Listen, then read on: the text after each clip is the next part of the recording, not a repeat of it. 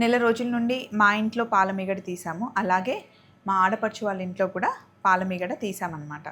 తీసిన తర్వాత ఇప్పుడు నేను వెన్న చేస్తున్నా. ఎప్పుడైనా ఒక 3-4 అవర్స్ ఇంట్లో నాకు టైం ఉంటే నెలకొకసారి వెన్న చేస్తాము. మా నెయ్యి మేమే ఇంట్లోనే కాచుకుంటాం, బయట నుండి అసలు నెయ్యి కొనుక్కోమన్నమాట.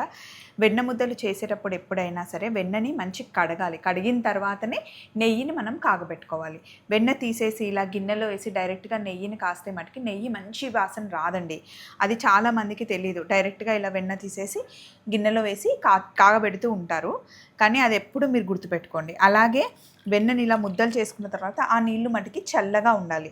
వేడి నీళ్ళల్లో వేస్తే కరిగిపోతుంది అన్నమాట. రూమ్ టెంపరేచర్ వాటర్ కూడా కాదు, చాలా చిల్గా ఉన్న వాటర్లో వేస్తే అసలు కరగదు, ముద్దలు ముద్దలు అలాగే ఉంటుంది. నేను ఆల్రెడీ ఈ నీళ్ళు ఫ్రిడ్జ్లో పెట్టుకొని ఇందాక తీసాను అనమాట.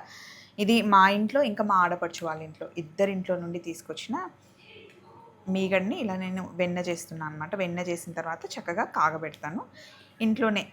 మన ఇంట్లో నెయ్యి ఎప్పుడు మన ఇంట్లోనే చేసుకుంటాం. నేను ఎప్పుడు కొనుక్కురాను. రవ్వగా మంచి సువాసన బాగుంటుంది. ఎప్పుడైనా మా చెల్లి వాళ్ళు అడిగినా మా అమ్మ వాళ్ళు అడిగినా ఇస్తూ ఉంటాను. మా ఆడపడుచు వాళ్ళ ఇంట్లో ఎక్కువ నెయ్యి తినరు కాబట్టి అప్పుడప్పుడు మీగడని ఇక్కడికే పంపిస్తారనమాట.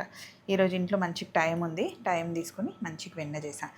ఎప్పుడైనా సరే మీరు ఇంట్లో వెన్న చేసేటప్పుడు నీళ్ళల్లో కడిగిన తర్వాతనే కాగబెట్టండి. చలో మరి bye bye.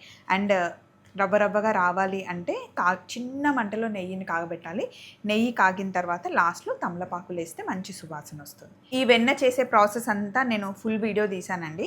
Just 5 to 6 minutes ఉంది. ఆ వీడియో చూస్తా అంటే చూడండి ఎలా చేస్తాము ఏంటి అని. లింక్ ఇచ్చేసాను. Bye bye.